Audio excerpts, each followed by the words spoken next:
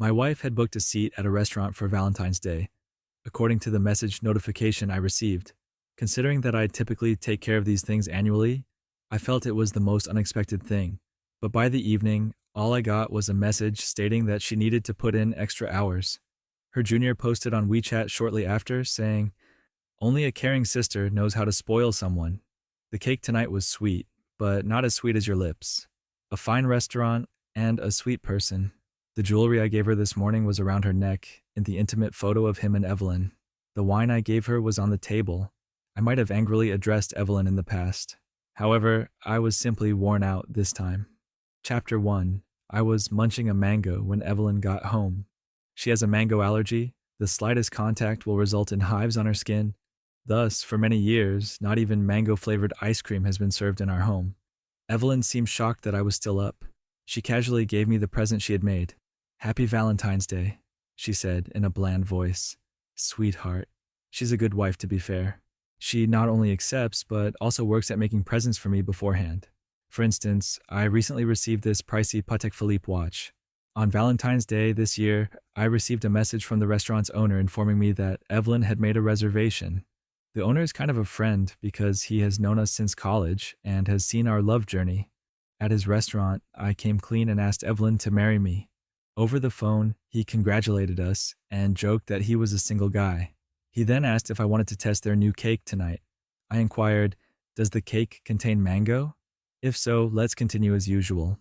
"Thank you, but my wife has a mango allergy."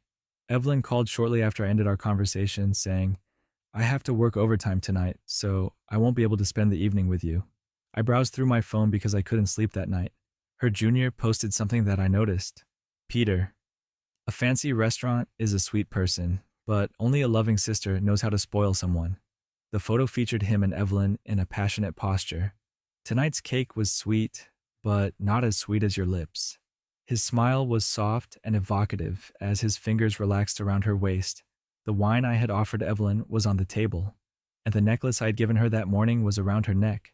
The restaurant that is so significant to Evelyn and me was immediately recognizable to me. The dessert that the proprietor had suggested was in Peter's hand. Mango puree was layered throughout the cake. Chapter 2. Evelyn scowled when she joined me for dinner and asked, "Why is there a mango?" I saw Peter's post. I knew he deliberately provoked me. However, I was too exhausted. I no longer wanted to quarrel with Evelyn or ask her questions. As I gazed at my phone screen, a sudden and intense desire for mango struck. I quickly received a freshly cut mango after placing my delivery order. It had the ideal combination of sweetness and acidity. Eating it has always been a pleasure. However, ever after being with Evelyn, I hadn't had any. I cleaned my hands after I was done and declared, "If nothing else, I'm going to bed now." Evelyn took hold of my arm and whispered, "Oliver, it's Valentine's Day." I asked, looking at her bewildered. "So what?" Her scowl grew as she got up and walked towards me. In a playful tone, Evelyn has always had a cold, so she murmured in my ear, "Are you really going to bed so early on a night like this?" Aloof charm. After graduating, she only displayed her academic charm when she wore spectacles, intensified the feeling of separation. However, I detected a subtle hint of smoke on her tonight. I retreated a step, staying away from her kiss. "I just ate a mango," I said. "An allergic reaction will occur." Chapter 3. Ignoring Evelyn's shocked look, I entered the bedroom and clicked the door shut behind me. My supervisor answered the phone as I lay in bed. "Have you really decided to take the position?" she inquired. "I promise to murder you if you cheat on me one more, because of Evelyn." "I'm not kidding," I said with a laugh. "I will not retreat once more. I will personally approach you head on if I do. The role in the business is, although the advertising department pays more, employees must travel frequently for work. 3 years beforehand. Because of Evelyn, I declined my supervisor's request for me to accept the position. Evelyn and I have been acquainted since we grew up together for over a decade. She has always struck me as a conventional woman who values boundaries and specifics, not knowing when we'll see one other and being away all the time, perhaps only seeing her 30 days a year. She couldn't cope with that type of volatility between them. She took the MBTI test once, at my request. She wasn't entirely sure why. However, she completed it and showed me the outcome. ISTJ. Keywords: Traditional and restrained, serious, disciplined, and well organized. And Evelyn is just that. It took me more than 6 months just to clasp her hand. My close pals in middle and high school found her to be really dull. They couldn't comprehend my feelings for her, because she literally saved my life, I informed them with a smile. Our school was impacted by an earthquake back in middle school. Everyone hurried outdoors in a panic while we were in class. I rushed forward but fell after colliding with a desk leg. In order to find me, she battled her way through the mob. She made sure that I passed her, and came right behind us as we dashed outside. I asked her later, "What were you thinking?" Evelyn was a little taken aback by my comment, but wouldn't all of your hard work and goals be for nothing if you died? I wasn't thinking that much, she remarked. I simply thought at the time that I would prefer to die with you if I couldn't make it. Evelyn, the one. It's unlikely that she ever thought she would leave me for someone else. Although her genuineness is ephemeral, I have never questioned it. It seems that my boss noticed based on my tone, something between Evelyn and me. Who hasn't made mistakes in this world? She asked. It's simpler to place the blame for previous errors than to correct them. Oliver, I hope you always have the guts to reverse the situation when it's called for. She concluded by saying, obviously, someone as flawless as me never makes mistakes. You. However, it's understandable because they're not as flawless as I am. However, regardless of, you start work in 3 days and have an immediate business trip to Argentina. So even if you lose the woman, you won't lose your job. Chapter 4. This must be taken lightly. The following day, I got up early to attend the office and turn in my ongoing work. As a result of her mango allergy, Evelyn's lips were slightly swollen as she sat in the living room. After eating the mango cake last night, Peter most likely kissed her, which is why. I passed her. She grabbed my wrist as I was about to head for the door. She scowled, appearing somewhat stubborn, and inquired, I previously told you that I wasn't spending time with you yesterday, so why are you upset?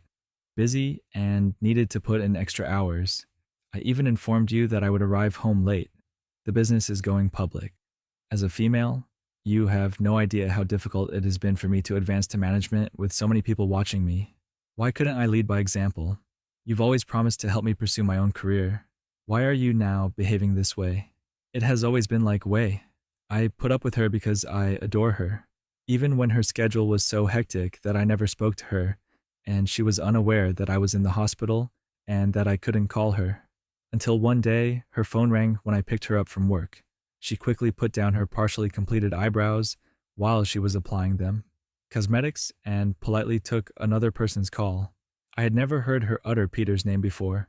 Additionally, it was the first time I understood that she wasn't the reticent, aloof woman who maintained boundaries with men, nor was she too busy to answer a phone.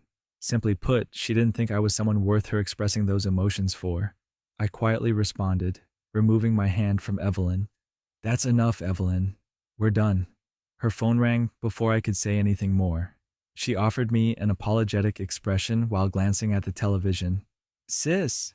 Peter's boyish voice could be heard over the phone. Come get me. I don't want to get out of bed today since it's so cold. If I'm late, you can't deduct my pay if you don't come get me. Evelyn's face softened nearly without realizing it. You're scared of the cold, she said. All right, Peter, get up. That same guy that climbs snowy mountains at night. Today, you are bringing me breakfast. Recall that I laughed sarcastically. Peter seems to sense something on the other end. Oh, I see. Express my gratitude to Ning for letting me use one of his workers yesterday, in addition to dining at his restaurant. I will undoubtedly put in a lot of effort and give him a wonderful present in the future. Chapter 5. Evelyn gave me a guilty. She gave Peter's statements a short glance before turning her head aside. Her fingers automatically hit her phone's volume down button. When it reaches this stage, you can't help but giggle. I turned to go, shaking my head. However, I instantly heard Evelyn catch up to me and turn Peter down. Peter failed to reserve a restaurant for his client dinner yesterday. You see, it was all for business. So I gave him our reservation while silently staring at her. Evelyn presumably didn't realize that she was spending Valentine's Day with a client. Did she not think that was ridiculous? Unconsciously, she clutches her wedding band whenever she lies or feels anxious. However, it wasn't long before Peter gave her another call, and she departed, saying she had food poisoning or something. It made no difference. The incident wasn't the first. The roads were covered by snow during this extremely cold winter, and delivery services were unavailable. I requested that Evelyn prepare some porridge for me. However, I witnessed her putting on her coat and rising, saying I froze in place, thinking, I'm going to his place to cook something for Peter because he doesn't have any food at home. I wasn't sure if I should ask why she had to cook for another man or what her connection with Peter was. However, Evelyn prevented me from asking. Without even seeing that I was lying on the couch feeling ill, she dashed out the door. It was very different from our high school years. If I displayed even the smallest hint of tension back then, she would sternly reprimand me for missing meals. However, she would somehow pull out a steamer at an emergency break. A steaming cup of rice is magical. Consume. If I don't look after you, things will only become worse. I always get into trouble with you. My boss threw a ton of paperwork on my desk when I arrived at the office. Take care of everything in 3 days. Or, bring your head to me. When I checked my phone after working through the night, I noticed a draft of the lawyer-sent divorce papers. I therefore took a cab directly to Evelyn's office building in the midst of the snowstorm. However, the power went out as soon as I got to her floor. I scowled and switched on the torch on my phone. At that time, a coworker sent me a message that included a link. Isn't this the heavy metal band concert you've always wanted to go to? He asked in a cautious tone. I clicked the link in confusion. I was directed to the homepage of the poster. It came from Peter. It documented every time he spent with Evelyn. As it happens, he followed Evelyn to college after knowing her since high school, and was employed by her company presently. His biography stated, "It's not your privilege to be smitten with her." After watching the video, I realized why my colleague had been so apprehensive. In the film, Peter and Evelyn's faces were illuminated by concert lights. In the crowd, they were holding hands and sharing passionate kisses. My phone fell out of my grasp and hit the floor. My chest was filled with rage. I had spent the majority of my life with Evelyn. We had been together for almost our whole lives. But in spite of everything, Evelyn still seemed so strange to me. I had the impression that I had never known her at all. The sound of gentle sobbing emerged from her office. Evelyn gasped.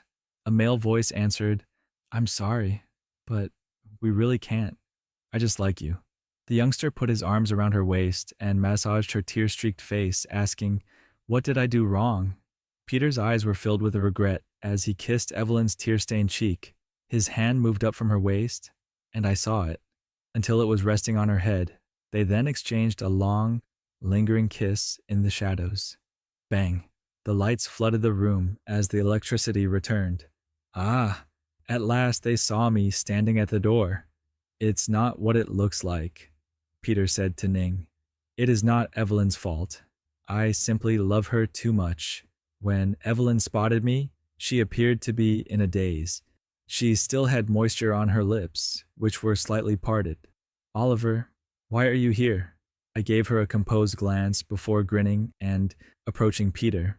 However, I threw my fist into his face in the following second. I caught him by the collar before he could even fall, drawing him in and giving him a menacing gaze. "Your pitiful face is the target of this strike.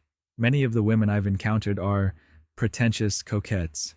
It makes me sick, though, because I've never encountered a male one before." His lips was about to argue when suddenly I unleashed a right punch into his gut, causing him to collapse and double over in agony as the force went through him. Evelyn was going to say something when she broke off. I gave her a backhand to the face. She gripped her cheek, her eyes welling with tears as she appeared distressed. I took off my wedding band icily, throwing it like garbage at her. When it finally hit her, she started to cry useless tears that were pouring down her sore cheeks. "Oliver, please just listen to me." Her voice rose, but I interrupted her. Presenting the printed divorce documents to her, I informed Evelyn that we were divorcing. Chapter 6. Evelyn chased me from the office all the way downstairs, ignoring my dignity. "Oliver, it's not what you think half the building was watching, so please pay attention." I was embarrassed and called a cab. All set to go. Evelyn pressed against the car door in the middle of the snowfall, preventing me from closing it. She continued, almost beseechingly, "There's really nothing between us. He's just a kid." I sneered. "He's not grown up yet, so you're just teaching him how to kiss in advance. He doesn't know any better than I did." "Yes, I spoke in a flat tone.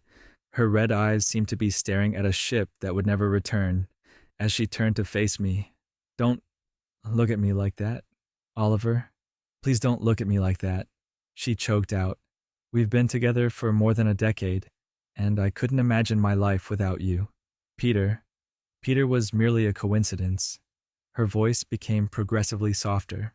But Evelyn Peters went up to the rooftop after hearing a call from behind her. Quickly, she released her grip and spun around. Without hesitation, I laughed mockingly and slammed the car door. I noticed Evelyn walking a few steps behind me in the rearview mirror. However, she refrained from running back into the building. I shut my eyes. The piercing agony in my chest finally struck when the rage had passed. The driver looked at me in the rearview mirror and said, "Hey, kid," in a worried tone. "It's okay." I cleaned my face. I turned my head away and said nothing. At home, I got to work packing my things. My dad and Evelyn's parents called me shortly after. Evelyn must be really busy, I thought sourly. She must stop Peter from leaping from a building. However, she still has time to play peacemaker by telling both sets of parents. I've been with Evelyn for more than a decade. Compared to most couples, our bond is more profound and difficult to escape. My parents' final words to me were, "All we can hope for, son, is that you make choices that will make you happy." At last, I packed everything I owned. I pulled the door open, only to see Evelyn's heartbroken expression. Chapter 7. Evelyn appeared sad, like a kid who's been caught in the act. She stretched out to take my hand, but she shook. "Oliver?" I calmly glanced at her, saying, "Please don't leave. I can explain everything."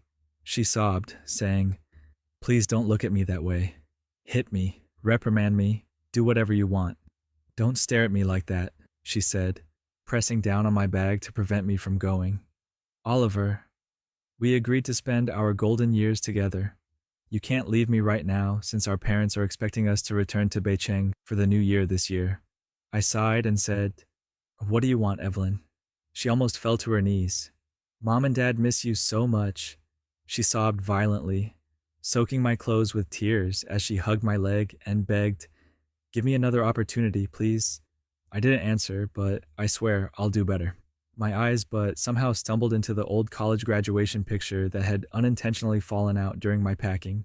That's when I realized that Peter was also in the photo, standing in the background behind a tree's shade, in addition to Evelyn and me, staring at Evelyn. Her eyes had crossed across me to meet his, and they weren't on me. I had assumed those moments were exclusive to Evelyn and me, but it had begun that early, hadn't it? However, a third person had always been present in the background. Evelyn shuddered a little, unable to raise her head to look at me, akin to a criminal on death row. I surprised her by saying, "All right. Really, Oliver, are you really willing to start over with me?" she asked, her eyes brightening with hope as she stared up at me in shock. After giving it some thought, I nodded and replied, "Sure, but only under one condition. In high school, we had planned a trip to the islands, but we never made it. Do you recall that? I would like us to go to the islands for a 5-day holiday." "How about that?" Evelyn said right away. "It's that simple," she whispered as she flung herself into my arms. "Yes, it is that simple." However, I was aware that she couldn't pull it off. Chapter 8. After giving it some serious thought, I realized that Evelyn's attraction to Peter wasn't really shocking. Evelyn had lived a careful life all her life, according to her family's rules. From Beijing to the capital, she attended school, got married, and even married her childhood sweetheart. Her future resembled a tranquil, well-paved road that had been planned out beforehand. However, if life is too quiet for too long, the desire for excitement is unavoidable. On a sweltering summer day, Peter was like a refreshing soda. He was disobedient, daring. He would keep her up all night at concerts and take her on night hikes up snow-capped mountains, kiss her along the sea at dawn. It's difficult to avoid getting caught up in such a passionate situation, regardless of how reserved someone is. Ardent endeavor. After our vacation, Evelyn promised to be by my side every day, and to keep me from growing weary of her, she kept a careful eye on me at all times, as if she was worried that I could change my mind. Normally, I would be in charge of organizing our trips, but this time was different. Evelyn quickly assumed leadership, planning each specifics of our island vacation. She appeared sincere in her excitement at finally going on the trip we had never taken. In the meantime, bored, I browsed social media. Every day, Peter would publish something. He was analyzing his feelings for Evelyn, almost torturing himself. I lowered my gaze and observed icily. He couldn't contain himself any longer today and posted the uncensored statement, "The person she loves is me." I couldn't contain my laughter. In answer, I wrote, "I'll be living on the islands with my wife from now on. The past is like yesterday, gone, and today is a fresh start. The past is smoke, and all I want is to hold your hand going forward." Peter eventually lost control and requested to see me. Within the cafe. "After everything, you're still going to forgive her? You're really going to stay with her?" he questioned, clenching his teeth. I grinned, but remained silent. "You're really leaving, really moving to the islands," he blurted out fiercely. I tossed the expedited visa my boss had gotten me onto the table in front of him and asked, "Why hasn't she said anything to me? Evelyn and I have been together for more than 10 years, and she pleaded with me to give her another chance," I added, half joking. I said that I would forgive her if she would just leave with me and drop everything. Of course, she gratefully agreed. Although I grinned, my eyes were cold. Peter was enraged. I have done so much for her that isn't conceivable. He was furious when she told me she loved me. Peter definitely knew how to hit where it hurt, and I could still hear the pain in his voice beneath it as I glared at him. On Valentine's Day, he messaged me to let me know they were dating, and even allowed me to witness them sharing a kiss. He didn't understand that my place in Evelyn's heart was far deeper than he had assumed, but it was all to force me to give up on her and leave her. Peter lunged at me in wrath, but what harm could a little guy like him pose?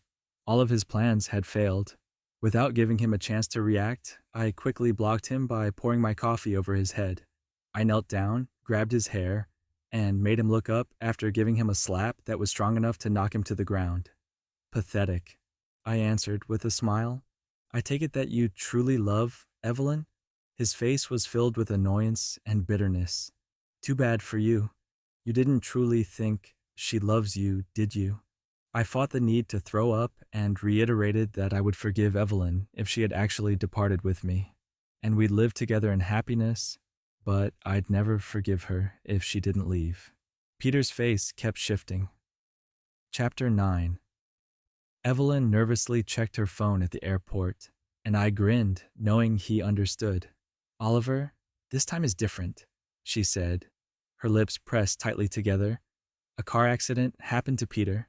Peter was eager to go all out, but it's pretty severe. Can we postpone the trip to the islands?" I gazed at her in silence, following every line of her face. Abruptly, I said Evelyn froze, her lips quivering slightly, and said, "I understand why you didn't attend that concert with me that night," as though making an effort to grin but failing. "I was invited to Peter's birthday party that evening," she remarked. I laughed because I couldn't refuse him. Since I was a youngster, that band has been my favorite. That year on my birthday, you persisted in asking me what I wanted. As I mentioned earlier, I wanted to earn enough cash to watch them perform live. You were irate and questioned why I didn't wish to bring you along, so I stopped and went on. I was at that performance that night. My birthday wish at 18 was to see their concert with you. Don't you remember? My wife was kissing someone else in the crowd, but I was unaware of it.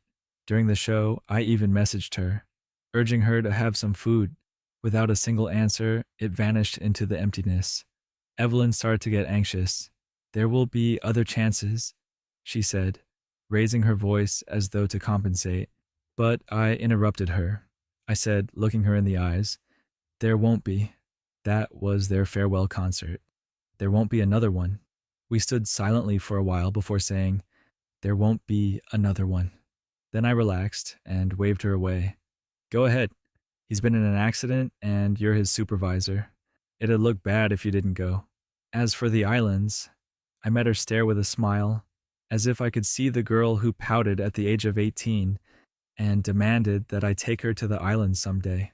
I went on, "We'll just go next time." Evelyn hurried out of the airport as if she had been given a respite. I tore up the travel ticket in my palm and tossed the pieces in the trash, bravely navigating the snow and rain to take a cab to Peter's side. Next, I printed a fresh ticket with Argentina as the destination. Chapter 10. When Evelyn awoke, something didn't feel right while she was sleeping in a man's arms, and he was caressing her face tenderly. This wasn't Oliver, she thought, widening her eyes. She had hurried to the hospital yesterday, only to discover that Peter's automobile accident had been a fabrication. He sobbed as he stated, "Evelyn, I've loved you for so many years." After she had initially been upset, a voice in her head kept urging her to go, saying, "One last time? Can't you just stay with me one last time?" Given that they had grown up together since childhood, Oliver surely be enraged by now. She couldn't leave Oliver because they had been married for 7 years, and everything had been so wonderful. But Peter, how could she push him away when he gazed at her with such devotion? His red-rimmed eyes caressed her cheek. Like a premonition, Evelyn experienced a quick, depressing sense in her heart when she was about to lose something significant. There's usually a sense of dread that is almost instinctive, similar to the sensation of falling from a large building in the middle of the night in a dream. Unexpectedly, she remembered Oliver's face when he waved to her yesterday at the airport. It was nostalgic, but determined, as though he were bidding her go. She almost leaped from her bed to pick up her phone. Evelyn's heart was racing as Peter questioned her. "What's wrong?" But her phone was dead. She waited for the dark screen to charge, staring at it as though she could burn a hole in it. When the phone finally turned back on, Peter was shocked by her terrified demeanor. Evelyn was shocked to hear her mother yelling at her over the phone when a conversation broke out. Evelyn took some time to realize what was going on, and it seemed that Oliver had gathered proof of her relationship with Peter into a 320 megabyte PowerPoint presentation and attachment and distributed it among their family, friends, and coworkers. The last slide had Oliver's signature touch, a handwritten note with a photoshopped image of her and Peter's wedding that said, "Let's wish this pair of cheaters a lifetime of eternal pleasure without children." She hung up and checked her messages. On the desk in the study was the lone message Oliver had left her, along with a picture of the divorce paperwork. Chapter 11. She drove home like a crazy woman, running red lights the entire way. Sign it and submit it to my office. She skidded multiple times because of the unusually chilly winter and the slick roads caused by rain and snow. Despite the conditions, the driver of a car she nearly collided with pulled down their window to shout at her. However, she seemed to be in a fog and unable to hear anything, and her only concern was returning home. Discovering Oliver, he loved her so tenderly that there had to be a way to make things right. Oliver must have been enraged by now, so there was no time to wait. But when she arrived home, Oliver had packed up nearly everything he owned and taken it with him, so she discovered the house vacant. She recalled how she had made fun of him for packing so much while they were getting ready for the island vacation. Oliver had merely smiled and said nothing in response, and her heart was filled with a drab feeling. It's not like we're never coming back. That was it. He had been preparing to abandon her all along. No, that couldn't be. Suffocating pain. They'd spent almost their whole lives together, and she couldn't imagine her life without Oliver. Oliver also couldn't survive without her. If she simply offered a real apology, it would make things right. Since he had previously stated that they were destined to be together since they were young, he would forgive her like he usually did. However, Oliver's icy boss told security to eject her as soon as she arrived at his office. Even Oliver's coworkers regarded her with contempt when she eventually succeeded in getting in touch with them. After days of searching for him, she discovered that Oliver had accepted the new job and was now traveling for work. How absurd that his wife would fly from one location to another with no set return date. Evelyn gradually came to the realization that she had to go to such measures in order to gain some knowledge about his location. It appeared that Oliver had been departing. She had been gradually losing the lighthearted emoji-filled discussions in her messaging thread with him for a while. She checked his social media accounts and noticed that he now returned every message she gave him with a red exclamation point. Almost every indication of their relationship had been removed, leaving only a quote that had been reposted. "When did you decide to split up?" "I just want to live happily." Or, "When you realized that your future would be as long and suffocating as every day is now." Chapter 12. I took some time to go throughout Argentina after wrapping up my business. It was midsummer in this country, 22,000 kilometers away, and the earth was bathed in sunlight, putting a golden veil over everything.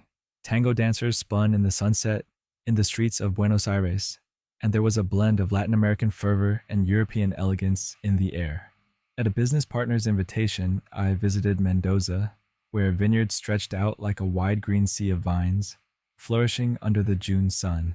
The chilly winter seemed to have vanished entirely as I enjoyed a glass of Malbec wine in this sunlight. When Evelyn called, her voice was scratchy, and she said, "Oliver, where are you?" I sipped the wine and decided I said, "On the other side of the world," when asked where Argentina was on the map. "What would you like?" Evelyn remained mute. "Send the divorce papers to my office if you have signed them. If not, don't bother calling." Just when I was ready to end the call, she abruptly said, "I'm sorry." It was like a floodgate opening, and her tears traveled across seas to get to me. Like a toddler left in a busy store, her voice was full of grief and helplessness. "I'm sorry, Oliver. Please pardon me. Tell me what to do, and I'll follow your instructions. We've been together for more than 20 years. Could you please just move on? How could you possibly be so cold-hearted?" I grinned to myself. I think she heard me giggle because she froze. She stopped crying. "Oliver, why are you laughing?" she questioned in a panic, and I let out a breath, saying, "Evelyn, you're always like this," while lowering his gaze. "You're certain that I adore you. I'm confident that I'll feel sorry for you if you just act pitiful and show me your suffering." Chapter 13. But Evelyn, have you ever felt like I don't love you anymore? The following time, I went back to Beijing. On New Year's Eve, the family gathered for the joyous reunion meal. Childhood sweethearts have the dilemma of knowing each other too well. When I answered the door after hearing a knock, I saw Evelyn standing there appearing even thinner than previously. She appeared lonely and powerless, her disheveled hair drooping carelessly over a beige jumper that was pilled.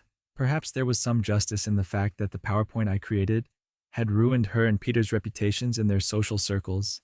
Evelyn had been on a downward spiral ever then, and many who had previously stood by her realized how she really was. As for me, I heard rumors over dinner that they shook their heads and pulled out of helping. Since that final phone call, I hadn't spoken to her. Fireworks lit up the sky in the distance, and the streets were lighted by the warm glow of houses. Evelyn gave me a dejected look, but there was also a gleam of hope in her eyes. With difficulty, she said, "Each year, New Year's Eve has always been spent with us. I adore you, Oliver." When I gazed at her, I instantly remembered the younger version of myself saying, "I really can't live without you." She gave me a red string bracelet that she had braided herself after slipping out on New Year's Eve. Her cheeks flushed. I had anticipated that it would be painful to see her again. To my astonishment, though, I didn't feel anything. These previous months, the various scenery I saw while traveling throughout the world, gradually warmed my heart. The year came to a close with the sound of fireworks. Finally, the long, chilly winter was gone. The start of a new year was imminent. "Evelyn," I pleaded, "don't do this. It's New Year's. I feel ill when I see you like this." When my parents asked who it was, Evelyn's face went completely white, and I shut the door. I simply shook my head and replied, "No one." I then re-entered the cozy atmosphere of the family meal. Everyone was in a good mood, and there was laughter as they fought over the last piece of beef in the hot pot. I still had my family, so that was great. Chapter 14. Under my supervisor's supposedly excellent leadership, my job was flourishing, and I quickly adjusted to a life of continuous travel. Every time I got to a new city, I would send a postcard home, and my mom, who had learnt some internet lingo, now referred to me as her travel frog. When I was in Japan this time, my mother called and fretted, saying, "Son, be careful. I've heard that earthquakes occur frequently in Japan." As I walked towards the fireworks celebration, I took a huge chunk out of the mango bread I had just purchased. Japan was a really interesting country. After initially emulating many aspects of our culture, it has since evolved into its own unique aura that is both sad and yet romantic. Japanese fireworks on a sunny night. The fireworks burst in the night sky like innumerable glittering stars, and the event was like a brilliant dream. I looked up, briefly forgetting to breathe, and saw it shining brightly, transforming the blackness into day. I smiled when I snapped out of it and called my mother and stated, "Earthquakes aren't that common." However, as fate would have it, the Meteorological Agency of Japan issued a warning that was unprecedented. All return flights were completely filled. Nankai Trough earthquake, temporary information, attention to large earthquake.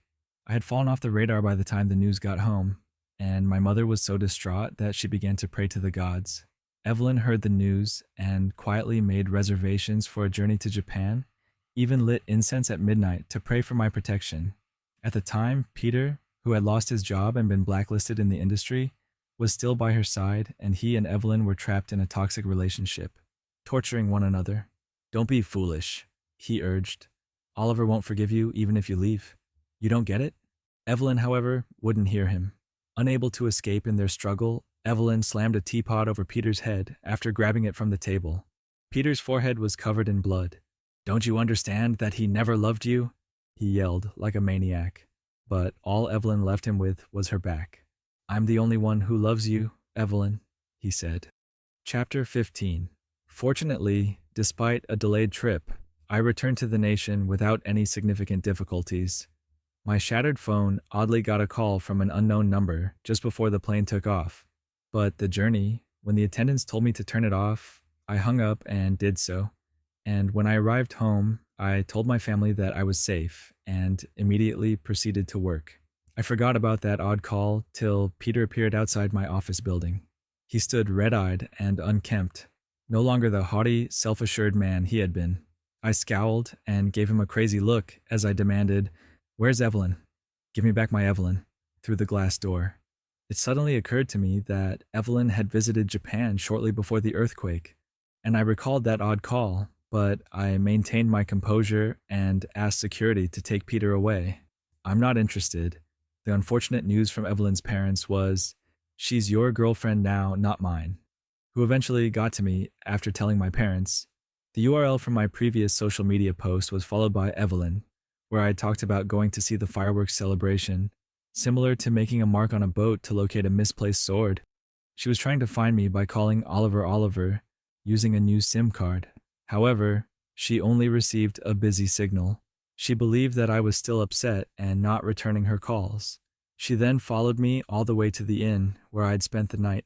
The building collapsed at that point. As she related the event to me, my mother let out a deep sigh. I was unable to ignore the girl who had protected me during the middle school earthquake and assisted me in getting out of the crumbling classroom. A range of feelings awoke inside me. Evelyn hadn't made it out this time. Her leg was broken and she had been crushed. It was unclear if she would ever walk again. "Son, are you going to visit her?" my mother questioned warily over the phone, and I shook my head. I knew she couldn't see me when she didn't respond, so I answered, "No, Evelyn and I have nothing." Chapter 16. To do with each other anymore. I hung up the phone and glanced out the window. I was excited to see what stunning vistas this new and unknown country would have to offer. Regarding the past, the events of yesterday die with yesterday. The events of today are born anew. I wish for everyone the bravery to turn around and begin anew.